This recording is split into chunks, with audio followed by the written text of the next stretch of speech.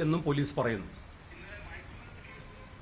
അപ്പൊ അങ്ങനെയാണെങ്കിൽ എന്റെ ചോദ്യം, ഈ റിയാസ് തൊടുകയിലെ എന്തിനാണ് ഇന്നലെ പോലീസ് വിട്ടയച്ചത്? റിയാസ് തൊടുകയിൽ ഏത് പാർട്ടിക്കാരനാണ്? അദ്ദേഹത്തിന്റെ സോഷ്യൽ മീഡിയ അക്കൗണ്ടുകൾ പരിശോധിക്കുന്ന ഏതൊരാൾക്കും ബോധ്യമാകും അദ്ദേഹം CPM പ്രവർത്തകനാണ്. CPM പ്രവർത്തകനായ റിയാസ് തൊടുകയിലാണ് ലഹരി ഇടപാട് നടത്തിയതെന്ന് പോലീസ് പറയുന്നു. അയാൾ ഇന്നലെ തന്നെ അദ്ദേഹത്തെ പോലീസ് വിട്ടയക്കുന്നു. അദ്ദേഹത്തെ വിട്ടയക്കാൻ ആരൊക്കെയാണ് പോലീസ് സ്റ്റേഷനിൽ ചെന്നത്? CPMന്റെ ലോക്കൽ കമ്മിറ്റി നേതാക്കൾ മുതലുള്ള നേതാക്കന്മാരാണ് അദ്ദേഹത്തെ സ്റ്റേഷനിൽ ഇറക്കിക്കൊണ്ടുപോകുന്നത്. അപ്പൊ അദ്ദേഹവുമായി എന്റെ സഹോദരൻ വാട്സപ്പ് ചാറ്റ് നടത്തി എന്നുള്ളതാണ് പോലീസിന്റെ ആക്ഷേപം. എന്നാൽ എന്റെ സഹോദരനെ കാണാൻ വേണ്ടിയോ അദ്ദേഹത്തിന് സ്റ്റേഷനിൽ ഇറക്കിക്കൊണ്ടുപോകാനോ ഒരു ലീഗ് പ്രവർത്തകനും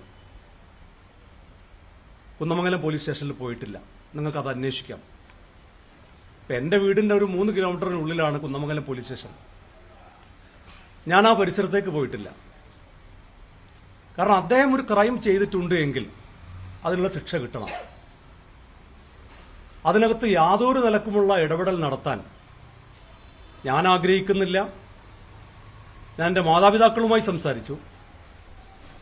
പോലീസ് ഈ പറയുന്ന രീതിയിൽ സമൂഹത്തിന് വിപത്തായ ഏതെങ്കിലും ലഹരി ഇടപാടുമായി എന്റെ സഹോദരനോ ആർക്കെങ്കിലോ ബന്ധമുണ്ടെങ്കിൽ അവർക്കൊക്കെ എതിരെ ശക്തമായ നിയമപരമായ നടപടി സ്വീകരിക്കണം എന്നുള്ളതാണ് എന്റെ നിലപാട്, എന്റെ കുടുംബത്തിന്റെ നിലപാട്.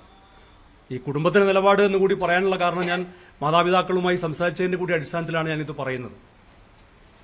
കാരണം ഇതിനെതിരെയൊക്കെ വലിയ പോരാട്ടങ്ങൾ നടത്തിക്കൊണ്ടിരിക്കുന്ന സംഘടനയും സംഘടനയിലെ അംഗവും ഒക്കെയാണ് ഞാനും എൻ്റെ പാർട്ടിയുമൊക്കെ. പിന്നെ ചില വ്യക്തികൾ ഇപ്പൊ ഈ വിഷയവുമായി ബന്ധപ്പെട്ട്, ഒന്ന് KT ജലീൽ, മറ്റൊന്ന് ബിനീഷ് കൊടിയേരി, അവരൊക്കെ രംഗത്ത് വരുന്നതിന്റെ താല്പര്യം മലയാളിക്ക് മനസ്സിലാവും. അത്തരം ആളുകൾ ചെയ്യുന്ന അധികാരത്തെ കൂട്ടുപിടിച്ചുകൊണ്ട് നടത്തിക്കൊണ്ടിരിക്കുന്ന നെറികേടുകൾ, അതിനെതിരെ ഇനിയും സംസാരിക്കും, ഒരു സംശയം വേണ്ട.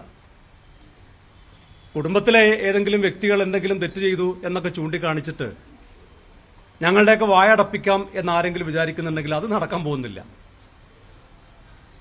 അധികാരവർഗം അധികാരം ഉപയോഗിച്ചുകൊണ്ട് കഴിഞ്ഞ കാലങ്ങളിൽ നടത്തിയ ചൂഷണങ്ങളും അതുപോലെ തന്നെ കൊള്ളരുതായ്മകളും അഴിമതികളും ഒക്കെ ഉണ്ടായപ്പോൾ അതിനെതിരെ ശക്തമായ നിലപാട് സ്വീകരിക്കുക എന്നുള്ളത് ഒരു പ്രതിപക്ഷ സംഘടന എന്നുള്ളവർക്ക് ഞങ്ങളുടെയൊക്കെ ഉത്തരവാദിത്തമാണ്. ആ ഉത്തരവാദിത്തം നിറവേറ്റിയിട്ടുണ്ട്.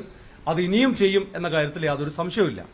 ഇക്കാര്യത്തിൽ എന്റെ സഹോദരനുമായി ബന്ധപ്പെട്ട് പോലീസ് നിഷ്പക്ഷമായ അന്വേഷണം നടത്തട്ടെ. അതിനകത്ത് അദ്ദേഹം കുറ്റക്കാരനാണെങ്കിൽ മാതൃകാപരമായ ശിക്ഷ കൊടുക്കട്ടെ. അതിനകത്ത് രാഷ്ട്രീയപരമായ വ്യക്തിപരമായോ യാതൊരു തരത്തിലുമുള്ള ഇടപെടൽ നടത്തില്ല എന്നുള്ളതാണ് അതുമായി ബന്ധപ്പെട്ട് എനിക്ക് അറിയിക്കാനുള്ളത്. പക്ഷെ ഒരു വ്യക്തിയാണ്